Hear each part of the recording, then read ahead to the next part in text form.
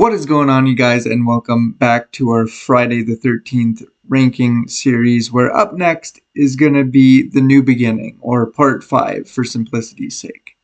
Now, I believe that this for Friday the 13th is kind of that awkward period that almost every slasher franchise seems to have, where somebody had the idea of having the protagonist or the survivor most associated with it take up the mantle of the killer. To simplify things, I would just say that Friday 4, 5, and 6 and Halloween 4, 5, and 6 mirror each other in a lot of ways. And I say that because if I was forced to choose between the two,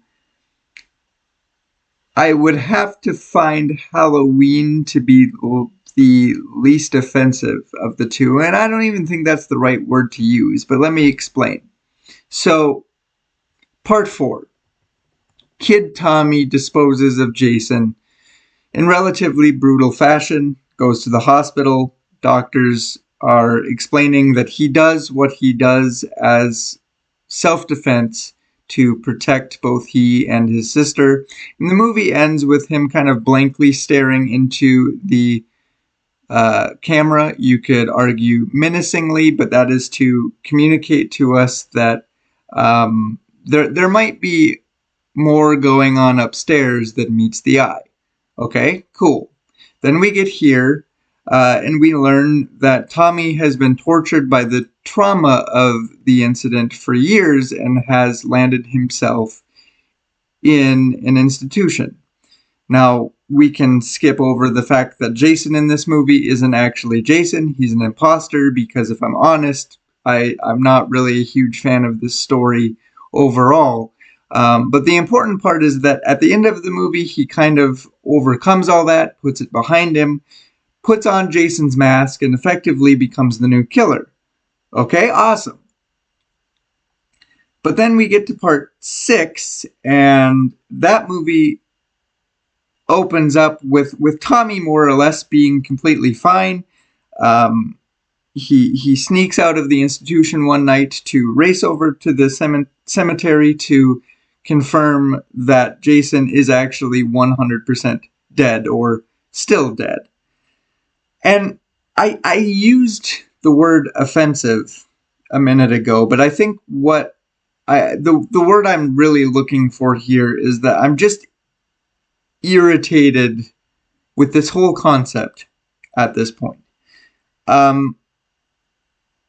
If you have a vision, finish it. See it through to the end. Good, bad, or otherwise, you should leave it up to us, the audience, to decide whether or not we take or leave what you produce. If you're a writer, a director, anybody that is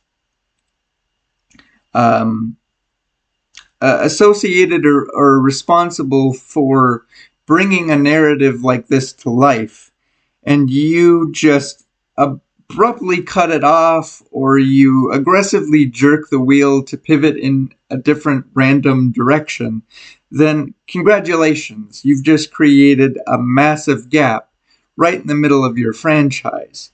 You've effectively made an entire movie a gigantic waste of time. I mean, if we strip away everything in this movie that doesn't matter or doesn't get used going forward, then what we're left with is basically just telling us that Tommy has been institutionalized, and that's it.